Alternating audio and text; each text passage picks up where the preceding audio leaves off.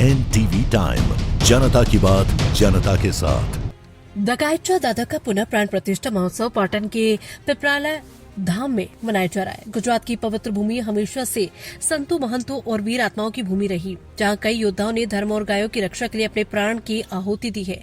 ऐसा ही एक अमूल्य और प्रेरणा देने वाला इतिहास यदुवंशी अहिर वंश के रत्नश्री दगाइचा दादा पंडार का है, जिनका इतिहास आज भी पाटन के पिपराला गांव के बाहरी इलाकों में जिंदा है। अगले 6 से 8 मार्च इस बीच पूरे अहिर डांगर परिवार ने इस पवित्र भूमि पर एक भव्य वीर दगायत दादा ताना प्राण प्रतिष्ठा महोत्सव का आयोजन किया। भव्य संतवाणी दिवस पर रात में एक दिन में रसोत्सव का आयोजन किया गया। एनटीवी टाइम के लिए कच्छ गुजरात से राणा अहिर की रिपोर्ट। दगाचा दादा पिपराला धाम 6, 7 ને 8 તારીખે ભવ્ય આયોજન કરીને દગાચા ડાંગર પરિવારે આયોજન કર્યું છે। ત્યારે ગુજરાતના સમગ્ર ગુજરાતની અંદર આહિર સમાજ ઉપસ્થિત થવાનો હોય ત્યારે ગુજરાતના મુખ્યમંત્રી પણ ત્યાં પ્રોગ્રામમાં હાજરી આપવાના હોય। આ એક રણમાં એક વીરડી કહેવાય, ચારે બાજુથી 18 આલમ અહીંથી નીકળતા હોય ત્યારે એને અન્ન મળે, એટલે રહેવા માટેની સગવડ મળે। ત્યારે આ મંદિર માટે ટ્રસ્ટીઓએ જે કામ કર્યું છે અને ગુજરાત આહિર સમાજે જે ફાળો આપ્યો છે કે આજીવન એની વ્યવસ્થા થવા માટે 1,51,000ની તિથિ પ્રમાણે અંદાજે ખોઈક તિથિ નોંધાઈ ગયેલી છે। એટલે ખૂબ જ સમાજે અને અન્ય સમાજ આ મંદિર માટે એવી આસ્થા રાખીને બેઠું છે કે ભવિષ્યની અંદર મુખ્યમંત્રી સાહેબ શ્રી અહીં આવી રહ્યા છે તો આને પર્યટન સ્થળ તરીકે જાહેર કરે એવી અમારી બધા ભાઈઓની લાગણી છે। અને આ એ 18 આલમ એટલે કે આહિર સમાજ તો ખરો જ, પણ અહીંયા કને ચૌધરી સમાજ, મમ્મી મોરા જતો હોય, રવિજી જતો હોય, બધા જ ધામ કચ્છમાં આવેલા હોય એ બધા માટેનો વિસામો ગણી અને દગાચા ડાંગર એટલે એનો ઇતિહાસ। જ્યારે દાદા નદીમાં નાતા હતા ત્યારે કવિરાજે એમની પાસે કોરી પછીડીઓ માગી હોય ત્યારે કોરી પછીડીના જેને દાન આપ્યા હોય, અને જ્યારે પાટણના રાજાને જ્યારે મંદિરનું ઈંડું ચડાવવાનું હતું ત્યારે કવિરાજ અને દાદા બે અહીંયા નીકળેલા અને પીપરાળા ગામની ગાયોની વારે ચડેલા અને ત્યારે પોતે કામ આવી ગયેલા અને ત્યારે પછી એમનું ધડ લડ્યું હતું અને પછી દાદાએ કીધું કે આ ઈંડું ચડાવવા માટે મારો હાથ લઈ જાઓ, હાથ લઈ જઈ અને દાદાનો હાથ જ્યારે અડાડ્યો ત્યારે જે ઈંડું ચડ્યું હતું। એટલે આના ઘણા બધા ઇતિહાસ છે। એટલે દગાચા દાદા સૌના દાદા છે અને અમારા આખા આહિર સમાજ એટલે કે ગુજરાતનો આખો આહિર સમાજ અમે અહીંયા ટૂંક સમયની અંદર અમારા બધાની ઈચ્છા એવી છે કે અહીંયા એક મ્યુઝિયમ બનાવીએ અને આહિર સમાજના તમામ સુરા પૂરા થઈ ગયા છે અને અમારો અહીંયા બાજુમાં જ વ્રજવાણી 140 દીકરીઓ સમાઈ ગયેલી છે, એનું પણ એ સ્ટેચ્યુ મૂકશું અને એક મોટું મ્યુઝિયમ બનાવશું અને સરકાર પાસે એવી આશા રાખીએ છીએ, મુખ્યમંત્રી પાસે પણ એવી આશા રાખીએ છીએ કે આ જગ્યા માટે પર્યટનમાં સ્થળો જાહેર કરે એવી અપેક્ષા રાખું છું। હરદાસભાઈ આહિર, વઢિયાર આહિર સમાજ પ્રમુખ। पहले तो हूँ अपना बताए टीवी चैनलों मीडिया द्वारा बधे भाईओं ने एक આવકારું છું। અમારા 3 દિવસના પ્રોગ્રામોમાં જે દિવસના પ્રોગ્રામ છે એમાં મુખ્યમંત્રી સાહેબ જો અમારી નોંધ લઈ અહીંયા આવે છે।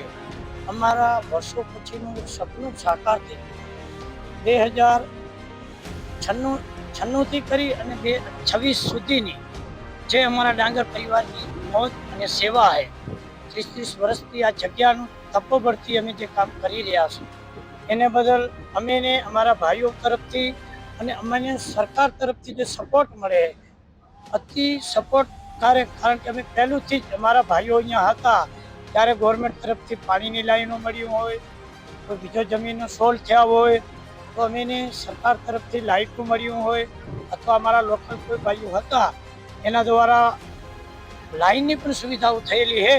તો અમે અમારા સંસ્થા અને પરિવાર દ્વારા બધે ભાઈઓનો આવકારીએ અને ગવર્મેન્ટનો એક નોંધ લેવો પડે અમારે કે અમે જે સપોર્ટમાં કહીએ ત્યારે અમેને હાજર રહેશે। આમંત્રણ દેવા ગયા ત્યારે સીએમ સાહેબે મને એમ કીધું કે ધનજીભાઈ તમે આ મંદિર બનાવ્યું છે, કેટલાક ટાઈમથી તમે આમાં સેવા કરી રહ્યા હો। મેં એટલું કીધું સાહેબ 30 વર્ષથી મને આમાં સેવામાં લાભ મળ્યો હોય, અમારા દાદાની સેવા કરવાનો।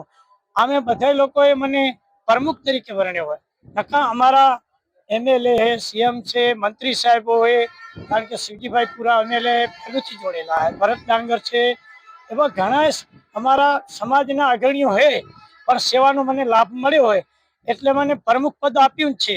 પણ મારી ફરજ એ છે કે પ્રમુખ પદને કારણે મેં સેવા પણ કરી છે અને બધે ભાઈઓને ગામોગામ 370 થી 75 ગામોમાં મીટિંગ ભરી છે.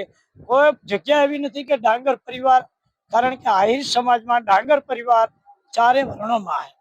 ભરાથૈયા હોય, પછોયા હોય, બોઈચા હોય કે સોરઠિયા હોય, અમે એક કરીને રહ્યા હે અને ડાંગર પરિવાર આહિર સમાજમાં મોટું પરિવાર છે. તો અમે બધેના ભાઈઓના સપોર્ટથી બહુ મોટું મંદિર બન્યું હોય અને દાદાની કૃપાથી જો અમારે આંગણે સીએમ આવતો હોય તો આથી માથે ધન્યવાદ કેવા કહેવાય. મારો એ જાહેર છે કે સીએમ સાહેબ અમારો આ આંગણે આવશે, અમારી કાયમને માટે ભોજનાલય ચાલુ રાખશું. પ્રત્યેક ધામ જો વધારેમાં વધારે ઉપયોગ કરી શકે માણસો, એમાં કોઈ પણ સુવિધા લેવી છે, માણસોને સુવિધા કઈ રીતે આપશું, વધુ કોશિશ અમારી એ રીતે છે. બાકી તો જે ભાઈઓને સપોર્ટ મળે અને સરકારનો સપોર્ટ મળે તો અમે સુવિધા આપશું. પહેલા તો તમને જણાવી દઉં કે અમારી દગાચા દાદાના સાનિધ્યમાં તમે આવ્યા ને ઇન્ટરવ્યુ લીધો એ બદલ તમને ખૂબ અભિનંદન. અમારો 6, 7 ને 8 3 દિવસનું આયોજન છે.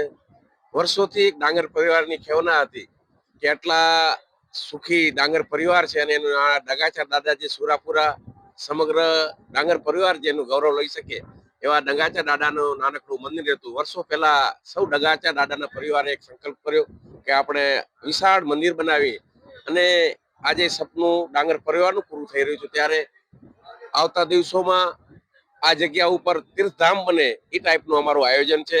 અહીં અત્યારે પણ ગૌશાળા છે, ગાયો 22 થી 23 ગાયો છે.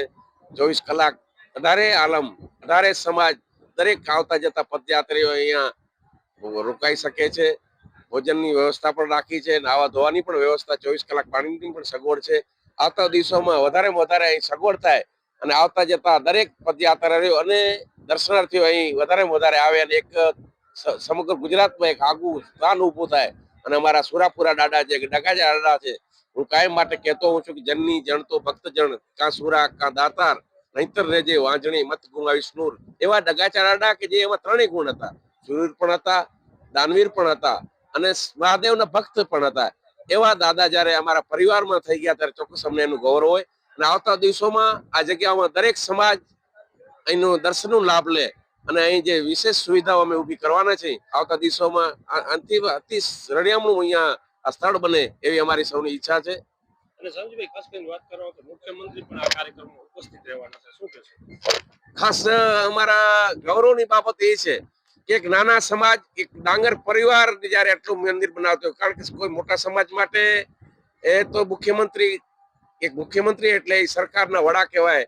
6.5 કરોડની જયારે પ્રતિનિધિત્વ કરતા હોય ત્યારે એક નાના ડાંગર પરિવારના આમંત્રણને માન આપી જયારે મુખ્યમંત્રી આવતા હોય ચોક્કસ અમને એમનું ગૌરવ હોય. અને અમારી આ જે સુરાપુરા દાદા છે જે બલિદાનનું પ્રતીક છે કે રાજાના ઈંડા ચડાવવા માટે જયારે એ જતા હોય ને શહાદત વરી હોય તો આ ગુજરાતના ભૂપેન્દ્રભાઈ પટેલ પણ રાજા કહેવાય ને એવા રાજા જયારે પધારતા હોય ત્યારે ચોક્કસ અમને એનું ગૌરવ છે.